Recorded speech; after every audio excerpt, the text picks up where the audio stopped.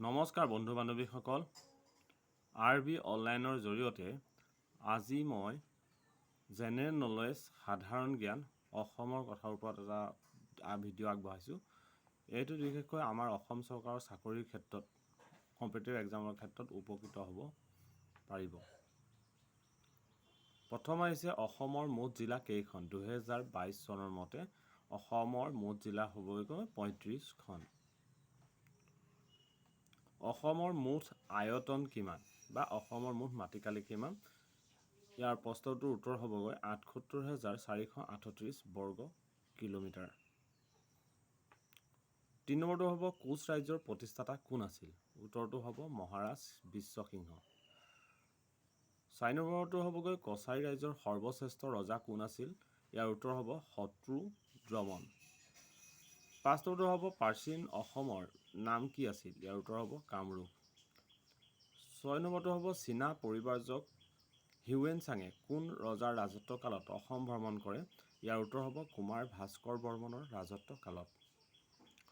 অসমৰ সৈনিক স্কুল ক'ত আছে? ইয়াৰ উত্তৰ হ'ব গোৱালপাৰা জিলাৰ মৰনৈত। ৮ নম্বৰটো অসমৰ কৃষি কলেজ ক'ত? উত্তৰ হ'ব গুৱাহাটী, যোৰহাট আৰু শিলচৰত আছে। অসমৰ মানসিক হস্পিতাল ক'ত আছে? ইয়াৰ উত্তৰ হ'ব তেজপুৰত আছে। ১০ মহাপুৰুষ শংকৰদেৱৰ প্ৰধান শিষ্য কোন আছিল? ইয়াৰ উত্তৰ হ'লগৈ মহাপুৰুষ মাধৱদেৱ। ইয়াৰ শংকৰী যুগৰ চাৰিঘৰীয়া মহাজন কোন কোন হয়? উত্তৰ হ'ব শ্ৰী শ্ৰী লক্ষ্মীকান্ত আতা, শ্ৰী শ্ৰী লক্ষ্মীকান্ত আতা, শ্ৰী ঠাকুৰ আতা, শ্ৰী বৰ বিষ্ণু আতা আৰু শ্ৰী শ্ৰী গোবিন্দ আতা। অসমীয়া গদ্য সাহিত্যৰ স্ৰষ্টা কোন? ইয়াৰ উত্তৰ হ'ব ভট্টদেৱ। হেজাৰী ঘোষা কোন গ্ৰন্থক কোৱা হয়? ইয়াৰ উত্তৰ হ'ব নামঘোষাক কোৱা হয়। অসমৰ স্বাধীনতা যুঁজৰ প্ৰথম শ্বহীদ কোন আছিল? ইয়াৰ উত্তৰ হ'ব মণিৰাম দেৱান আৰু পিয়লি ফুকন। অসমীয়া সাহিত্যত ভোলাই শৰ্মা বুলি ছদ্ম নামেৰে কোনে লিখিছিল? ইয়াৰ উত্তৰ হ'লগৈ ৰজনীকান্ত বৰদলৈয়ে। অসমৰ প্ৰথম তেল শোধনাগাৰটো ক'ত আছে? ইয়াৰ উত্তৰ হ'লগৈ ডিগবৈত আছে।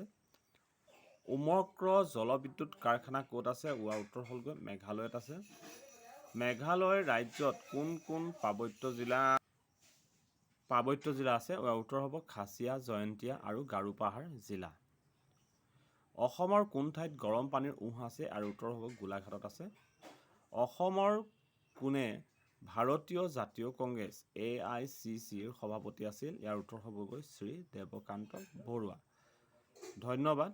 মই আৰবি অনলাইনৰ জৰিয়তে এই ভিডিঅ'টো আগবঢ়ালোঁ। আপোনালোকে নিশ্চয় উপকৃত হ'ব আৰু পৰৱৰ্তী ভিডিঅ'ৰ বাবে আপোনালোকে মোৰ চেনেলটো ছাবস্ক্ৰাইব কৰিব।